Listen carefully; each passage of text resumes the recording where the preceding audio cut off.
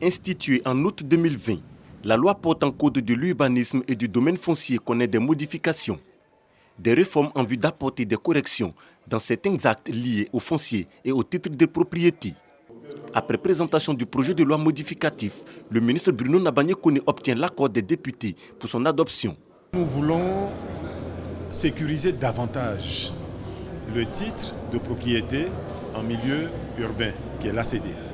Malheureusement, beaucoup d'actes ou beaucoup de comportements déviants continuaient d'affaiblir la portée de ce document.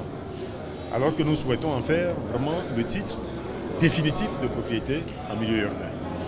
Donc nous avons aujourd'hui fait un certain nombre de propositions qui portent principalement sur la limitation du temps pendant lequel l'ACD peut être contesté. Ce temps désormais est limité à 4 mois.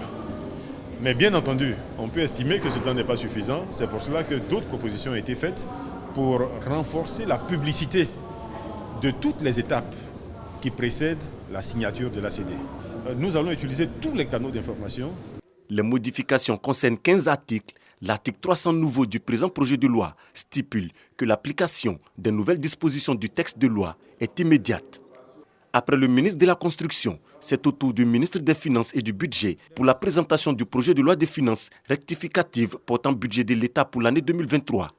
Il s'agit de l'augmentation du budget de l'État 2023 qui est passé de plus de 11,694 milliards à plus de 12,508 milliards de francs CFA, soit une hausse de plus de 811 milliards de francs CFA.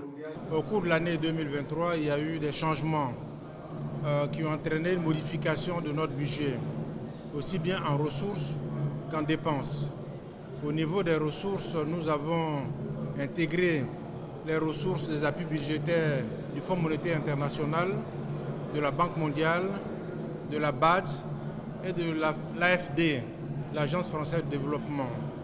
Et nous avons également intégré les ressources additionnelles qui ont été mobilisées au titre des recettes fiscales. Du côté des dépenses, nous avons, comme vous le savez, poursuivi les dépenses au titre de la Covid jusqu'en juin 2023. Nous avons également apporté des appuis à nos secteurs qui ont été affectés par la guerre en Ukraine, notamment les meuniers, pour ne pas qu'il y ait une flambée des prix au niveau du pain. Donc c'est l'ensemble de ces modifications, aussi bien en ressources qu'en dépenses, qui ont été intégrées dans le budget. Le projet de loi des finances rectificative portant budget de l'État pour l'année 2023 a par la suite été adopté en plénière par les députés le lendemain de son adoption en commission.